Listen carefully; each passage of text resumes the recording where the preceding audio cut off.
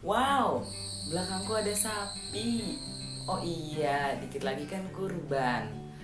Oh iya, kalian semua pada tahu nggak ya kira-kira apa aja sih syarat-syarat berkurban, hukum berkurban, sejarah kurban, hingga tata cara berkurban dan siapa sih yang berhak menerima kurban? Saksikan terus channel ini sampai akhir ya, dan jangan lupa klik tombol subscribe, share, dan like.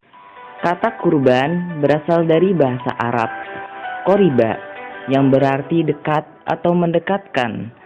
Kurban dimaksudkan untuk mendekatkan diri kepada Allah Subhanahu wa taala dengan mengerjakan sebagian perintahnya.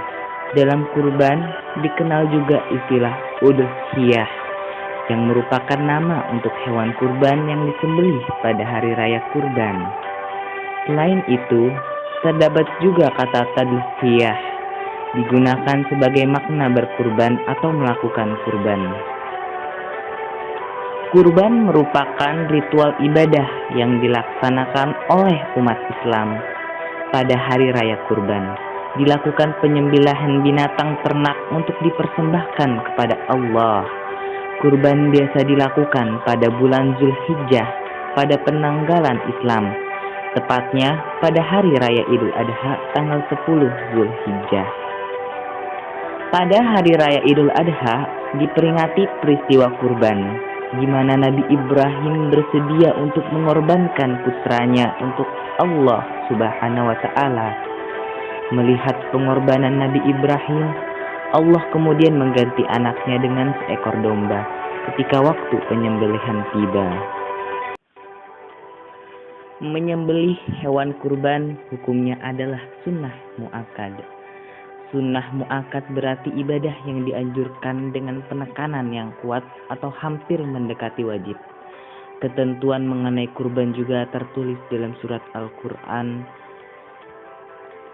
Al-Hajj ayat 34 yang artinya, "Dan bagi tiap-tiap umat telah kami syariatkan penyembelihan kurban, supaya mereka menyebut nama Allah terhadap binatang ternak yang telah direzekikan Allah kepada mereka. Maka Tuhanmu ialah Tuhan yang Maha Esa. Karena itu berserah dirilah kamu kepadanya dan berilah kabar gembira kepada orang-orang yang tunduk dan patuh." Quran Surah Al-Hajj ayat 34. Adapun ketentuan hewan kurban dalam Islam, hewan ternak seperti domba, kambing, sapi, dan unta. Untuk satu ekor unta dan sapi mencukupi untuk kurban 7 orang, baik dalam satu keluarga atau tidak. Sedangkan kambing hanya mencukupi untuk kurban 1 orang. Hewan seperti burung dan ayam tidak diperbolehkan sebagai binatang kurban, seperti dituliskan dalam Quran Surat Al-Hajj ayat 34. "Dan bagi tiap-tiap umat telah kami syariatkan penyembelihan kurban, supaya mereka menyebut nama Allah terhadap binatang ternak yang telah direzekikan Allah kepada mereka." Quran Surat Al-Hajj ayat 34. Terdapat beberapa syarat sahnya hewan yang digunakan untuk berkurban seperti: 1. Domba yang digunakan untuk berkurban harus berumur lebih atau sama dengan usia 1 tahun sempurna dan memasuki tahun yang kedua.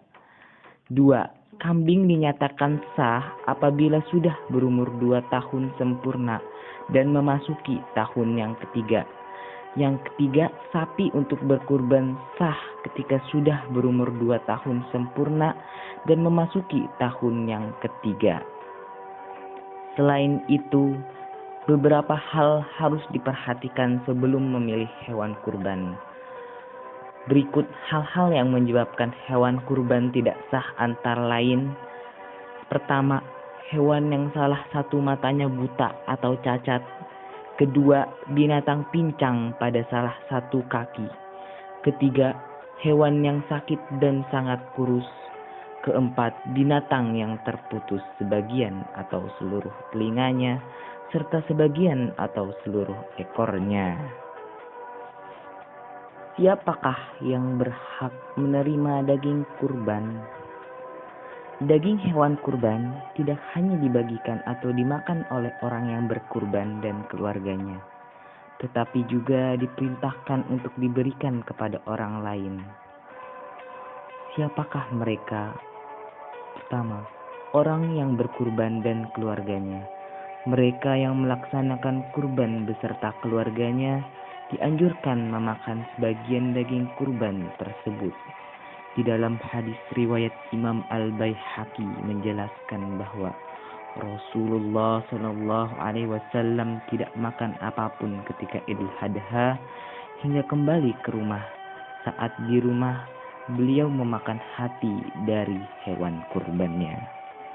Yang kedua, kerabat. Teman dan tetangga sekitar berhak menerima daging hewan kurban.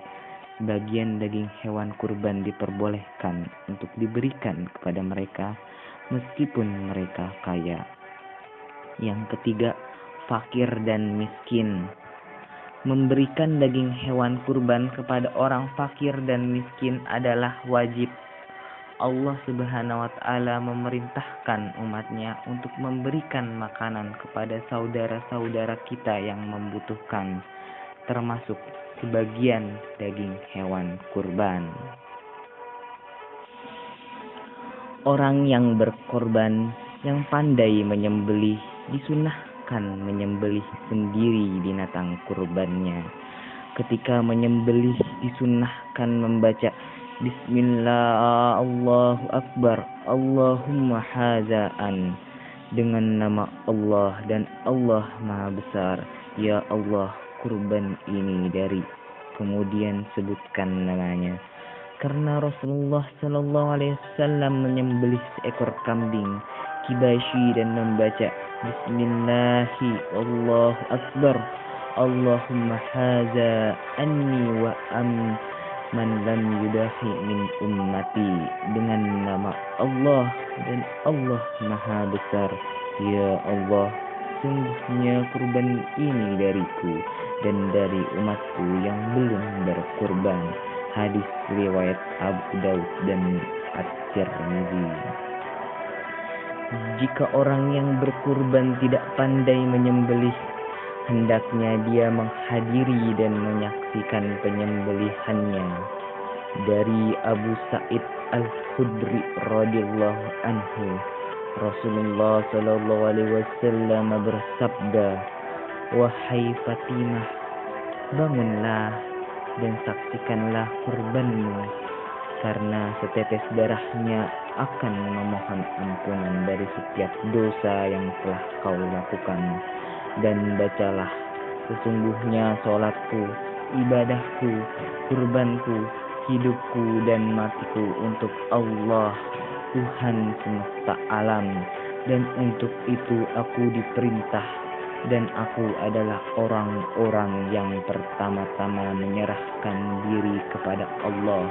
Seorang sahabat lalu bertanya, "Wahai Rasulullah, apakah ini untukmu dan khusus keluargamu, atau untuk kaum muslimin secara umum?" Rasulullah SAW menjawab, "Bahkan untuk kaum muslimin umumnya." Kapan waktu penyembelihan hewan kurban? Untuk kurban disyaratkan tidak disembelih sesudah terbit matahari pada hari Idul Adha. Sesudah itu boleh menyembelihnya di hari mana saja yang termasuk hari-hari tasyrik, baik malam ataupun siang. Setelah 3 hari tersebut tidak ada lagi waktu penyembelihannya. Dari Al-Barra, Nabi SAW bersabda, "Sesungguhnya yang pertama kali kita lakukan pada hari ini, Idul Adha, adalah kita sholat. Kemudian kita kembali dan memotong kurban. Barang siapa melakukan hal itu, berarti ia mendapatkan sunnah kami. Dan barang siapa yang menyembelih sebelum itu, maka sembelihan itu tidak lain hanyalah daging yang ia persembahkan kepada keluarganya yang tidak termasuk ibadah kurban sama sekali. Abu Burdah berkata, pada hari nahar Rasulullah SAW berkhutbah di hadapan kami. Beliau bersabda, barang siapa sholat sesuai dengan sholat kami dan menghadap ke kiblat kami dan beribadah dengan cara ibadah kami, maka ia tidak menyembelih kurban sebelum ia sholat. Dalam hadis lain, Rasulullah SAW bersabda, barang siapa yang menyembelih sebelum sholat, maka sesungguhnya ia menyembelih untuk dirinya. Dan barang siapa yang menyembelih setelah sholat dan khutbah, sesungguhnya ia telah sempurnakan dan ia mendapat sunnah umat Islam. Hadis riwayat Bukhari dan Muslim. Demikian dari saya, kurang lebihnya mohon maaf. Wassalamualaikum warahmatullahi wabarakatuh.